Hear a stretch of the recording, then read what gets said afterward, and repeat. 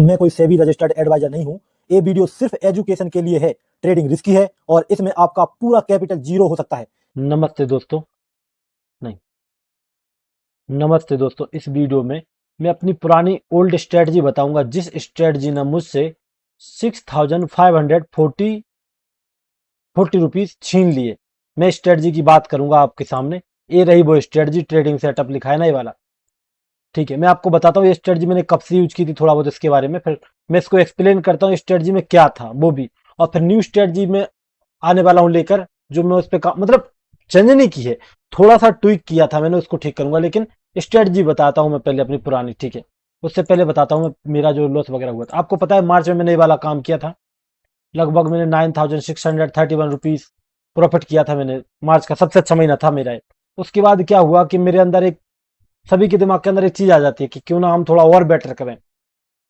तो फिर मैंने इससे और बेटर करने के लिए जो नेक्स्ट महीना था, यहाँ पे क्या बोलते हैं, अप्रैल, अप्रैल में मैंने स्ट्रेटजी में चेंज किया था, मार्च में चेंज किया था, और यहाँ पे चेंजेस करके मैंने अप्रैल, मई और जून, ये 3 महीने इस स्ट्रेटजी से काम किया मैंने।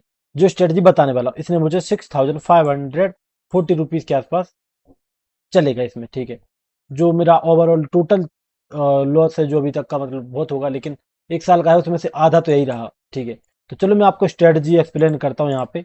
पहले मैं आपको एक काम करूंगा, स्ट्रेटजी बताऊंगा, और फिर इसको चार्ट पे थोड़ा सा समझाऊंगा भी सही कि स्ट्रेटजी किस तरह काम करती है, एक एक चीज बताऊंगा। ठीक है, तो हम लोग आ जाते हैं स्ट्रेटजी के ऊपर। यहाँ पे मैंने कुछ चीजें बाद में भी चेंजेस की हैं, और इसको पहले सीखते हैं। ठीक है, यहाँ पे एक सेकंड, स्ट्रेटजी आ गई, ओके यही है। जैसे यहाँ पे लिखा मैंने कि एंट्री के लिए एक ब्रेकआउट चाहिए, ये तो सर ने बोला था नॉर्मल है। अभी इस स्ट्रेटजी में करता क्या था मैं आपको ये बताता हूँ। इस स्ट्रेटजी का मतलब था, ये देखो यहाँ पे एनालिसिस में कि निफ्टी, बैंक निफ्टी, सेंसेक्स को मिलाकर देखना है, मतलब तीनों का चार्ट देखना है मुझे, निफ्टी, बैंक निफ्टी, सेंसेक्स में क्या हो रहा है। अब देखना क्या है उस बात पे आते हैं, क्योंकि ये तो हो गया, मैंने बोल दिया देखना है। इसमें लिखा है कि मार्केट को देखना है कि मार्केट किस जगह के हाई लो को ब्रेक करके आया है। मतलब मुझे मार्केट में हाई लो को ब्रेक करके, जैसे कि मेरा स्ट्रेटजी में ऐसा था कि मार्केट में मुझे जो डे के हाई लो, खासकर डे 500 हजार वाले हाई लो, जैसे कि यहाँ पे 55 हजार का हाई ये लो है, और यहाँ पर एक क्या बोलते हैं इसको, ये डे का हाई है ये वाला। ठीक है, ये वाला। तो मुझे ऐसा देखना है कि मार्केट कहाँ से हाई लो करके ब्रेक कर गया। जैसे कि यहाँ पे देखो, यहाँ पे मार्केट में एक लेवल था बैंक निफ्टी में, ये वाला लेवल था, यहाँ पे आपको दिख रहा है, यहाँ पे दिख गया होगा आपको, मैं थोड़ा दिखा दूं। यहाँ पे एक लेवल था, ये हाई बना हुआ था, मार्केट ने अगले दिन ये हाई को ब्रेक कर दिया छोटा सा। ठीक है, छोटा सा यहाँ पे ब्रेक कर दिया यहाँ पे, और ब्रेक के बाद जब मार्केट नीचे आया, और चाहे ऊपर ऊपर हो, कहीं पे ओपन होगा थोड़ा बहुत, तो मैं यहाँ पे सेल साइड में जाऊंगा। इसलिए मैंने आपको पता होगा यहाँ पे सेल का बोला था कि सेल साइड का प्लान रहेगा या ऊपर। ठीक है, यहाँ पे क्योंकि ब्रेकआउट वगैरह करके आया था यहाँ पे, इसलिए मैंने सेल का प्लान बनाया था।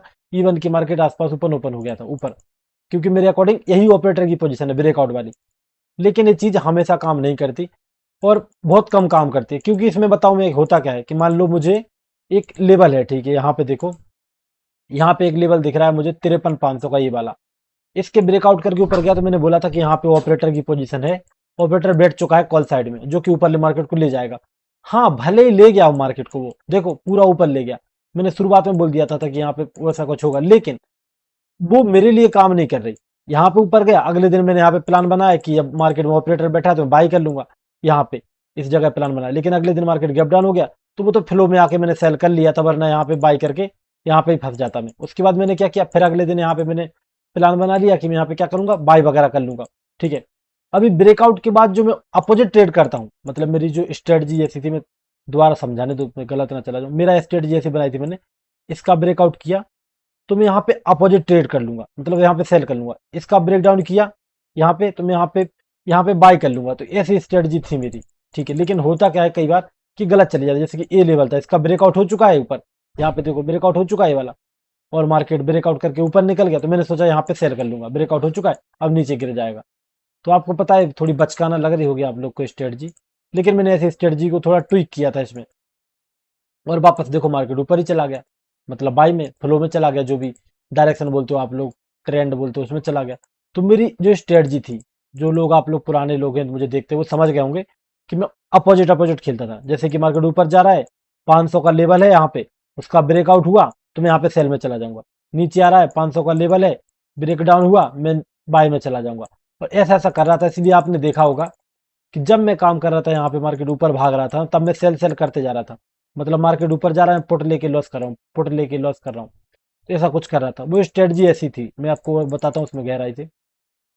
ठीक है, अब देखो इसमें एक सेकंड, हाँ एनालिसिस आ गई। यहाँ पे देखना है कि मार्केट क्लोजिंग के टाइम क्या करके क्लोज हुआ। तो कुछ चीजें अच्छी हैं कि क्लोजिंग के टाइम पे देखना है कि मार्केट में बायर सेलर बैठे हैं, मतलब रेजिस्टेंस लेके क्लोज किया तो मतलब सेलर बैठे होंगे।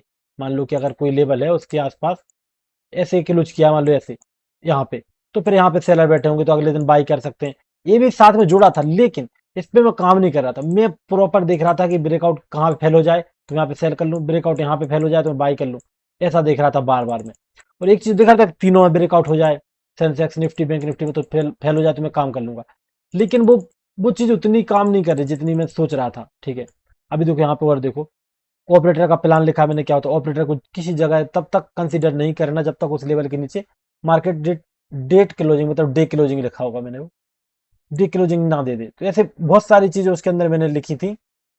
एक सेकंड में इसको आपको दे दूंगा, ठीक है, ये वाली जो इसकी कुछ कॉपी वगैरह बना के मैं आपको भेज दूंगा। ठीक है, वीडियो के नीचे दे दूंगा डिस्क्रिप्शन में जो मैंने लिखाई थी, आप बोलो तो। ये वाली स्ट्रेटजी, ठीक है, मैंने ऑपरेटर मार्केट में किसी ब्रेकआउट ब्रेकडाउन के बाद अपोजिट एंट्री करता है, मतलब ऑपरेटर अपोजिट एंट्री करता है ब्रेकआउट के बाद, ये तो सही है, लेकिन हर बार करता है ये नहीं होता, तो ये मुझे बाद में पता चला। तो ये स्ट्रेटजी अपनी एंट्री के बाद पहले अपनी ट्रेड को दूर लेकर जाता है। तो ये सीखा मैंने गुरुजी से, यही से है मतलब सब कुछ। वो बात सही है कि जब ऑपरेटर एंट्री करता है दूर लेके जाता है, लेकिन वो इंट्राडे में मेरा क्या फायदा इसमें?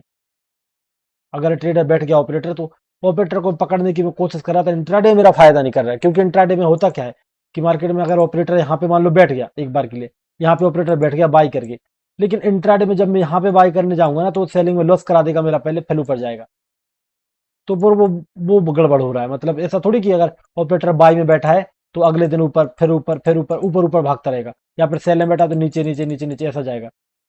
तो ये भी है, थोड़ा सा दिक्कत है। तो मैं अपोजिट अपोजिट करता था कि ब्रेकआउट हुआ सेल कर लेते हैं, ब्रेकडाउन हुआ बाई कर लेते हैं। ये मेरी स्ट्रेटजी का मेन पार्ट था। और मैं आपको दिखाता हूँ फिर से, यहाँ पे सिर्फ इसमें एक चीज अच्छी लगी मुझे, मैं आपको दिखाता हूँ इस सारी की सारी स्ट्रेटजी में से। ऑपरेटर 3 इंडेक्स में ब्रेक पोजीशन बनाता है, ठीक है, 500 हजार के लेवल ब्रेक करता है, एंट्री 500 ये लिखा है। ऑपरेटर की एंट्री इतनी पे होती है, डे हाई लो पे होती है। कॉमन सपोर्ट रेजिस्टेंस, रिटेलर के स्टॉप लॉस कहाँ पे होते हैं? कॉमन सपोर्ट रेजिस्टेंस पे, साइकोलॉजी लेवल पे, कॉमन ब्रेकआउट पे होते हैं। एक तरफा चार्ट में swing high swing low, closing price में लोगों के सेल होते हैं। ठीक है, माई एंट्री पर अगर तीनों इंडेक्स में से किसी एक इंडेक्स पे एक जैसा काम होने लगे तो अपोजिट काम करना है। कैंडल की बिग का ब्रेक होना, मतलब ये तो मैंने अलग से लिखा है कि ब्रेकआउट के लिए कैंडल की बिग ब्रेक नहीं होगी, ऐसा कुछ। तो ये पूरी स्ट्रेटजी मेरी, मैं स्ट्रेटजी को आपको चार्ट पे समझाता हूँ। मेरी स्ट्रेटजी ऐसी थी, मैंने बता दिया ना कि ब्रेकआउट के बाद काम करूंगा। अब एक चीज थी कि मैं जो एंट्री है, एंट्री मेरी कैसी थी कि एंट्री के लिए मुझे क्या करना है। मान लो यहाँ पे मुझे सेल करना है, तो मेरा एंट्री कैसी होगी कि मार्केट में क्लोजिंग प्राइस का लेवल लगा लिया, इसके ऊपर जाएगा, इसका फिर फेल हो जाएगा ब्रेकआउट, मैं यहाँ पे सेल में चला जाऊंगा। तो ये वाली चीज मुझे फिर भी सही लगी कि अगर एनालिसिस सही है ना, और मार्केट में एक एक मोमेंटम जा रहा है और इसी का मान लो इसका ऊपर ब्रेकआउट कर दिया फिर नीचे फेल हो गया, तो यहाँ पे सेल में जाता है। तो ये चीज तो काम कर रही है, बार बार काम कर रही है मार्केट में, लेकिन वो ऑपरेटर वाला वो चीज वो काम नहीं करती मार्केट में। मैंने खुद से ट्राई करने की कोशिश की वो चीज को, जिसकी वजह से 2 महीने मेरे टेस्टिंग में चले गए और माइनस पैसे भी चले गए अपने। ठीक है, तो ऐसा कुछ था इस स्ट्रेटजी का मतलब, जो मैं अभी तक समझ रहा था। अभी मैंने फिर दोबारा से इसको ठीक किया, मैंने देखा कि क्या मेरी, मैंने प्लान बना के आया था, ठीक है, कि 2 महीने ट्राई करूंगा, स्ट्रेटजी चलती है कि नहीं चलती, नहीं चली तो इसको बंद कर दूंगा, ऐसा कुछ। ठीक है, तो ये मेरा प्लान था। और स्ट्रेटजी को मैं और अच्छे से कैसे बताऊं, एंट्री वगैरह सही था इसका, एंट्री बता रहा हूँ। जैसे कि यहाँ पे देखो, एंट्री के लिए यहाँ पे लेवल है, इसका ब्रेकआउट होगा तो यहाँ पे मैं सेल कर लूंगा, प्रॉफिट वगैरह मिल जाते। तो यहाँ पे ऐसा कुछ मेरा एंट्री का पॉइंट बना हुआ है। ठीक है, बार बार ब्रेकआउट चाहिए मुझे, अगर सेल करना है तो ब्रेकआउट चाहिए, बाई करना है तो ब्रेकडाउन चाहिए, ऐसा कुछ। जैसे कि मान लो मुझे यहाँ पे अगर इस जगह पे मेरा बाई का प्लान हो तो क्लोजिंग प्राइस का लेवल लगा था, इसके नीचे आया, ब्रेकडाउन हुआ, थोड़ा ऊपर चलना शुरू हुआ, बाई कर लेता है। ये चीज शायद आपके लिए काम करे। मैं आपको ये स्ट्रेटजी इतना गहराई से इसलिए नहीं बता रहा हूँ क्योंकि काम ही नहीं करी तो क्या ही फायदा। जो काम करता मैं उसको थोड़ा एक्सप्लेन करने में मजा आए, मुझे भी, मेरा भी दिल करे। अब जैसे कि यहाँ पे आपको पता था कि मार्केट ब्रेकआउट हुआ था, तो फट से मैंने यहाँ पे सेल कर लिया था। तो मैं काम तो सही कर रहा था जहां पे करना है, लेकिन वो काम करता ही नहीं है, फिर से मेरा एसएल खाया, फिर नीचे आया। तो वो वाली मेरे साथ बार बार चोट हुई है। यहाँ पे आप मेरी सारी ट्रेड उठा के देख लोगे ना, समझ जाओगे। यहाँ पे देखो, ये वाली ट्रेड में आपको याद होगा, ये वाली कि जैसे मार्केट में इसका ब्रेकआउट हुआ था, स्विंग का। यहाँ मैंने सेल किया था, मार्केट मेरा एसएल खा गया था।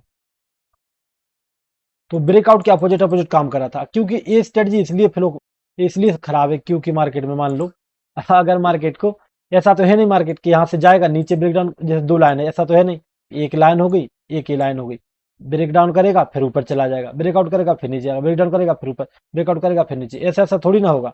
अगर ऐसा ऐसा होता तो मेरी स्ट्रेटजी ये काम करती बहुत ज्यादा, लेकिन ऐसा थोड़ी होता। मार्केट तो यहाँ पे आता है, ब्रेकआउट करता है, फेल करता है, ऊपर जाता है, तो चलता भी रहता है, नीचे भी आता है और साइडवेज भी रहता है।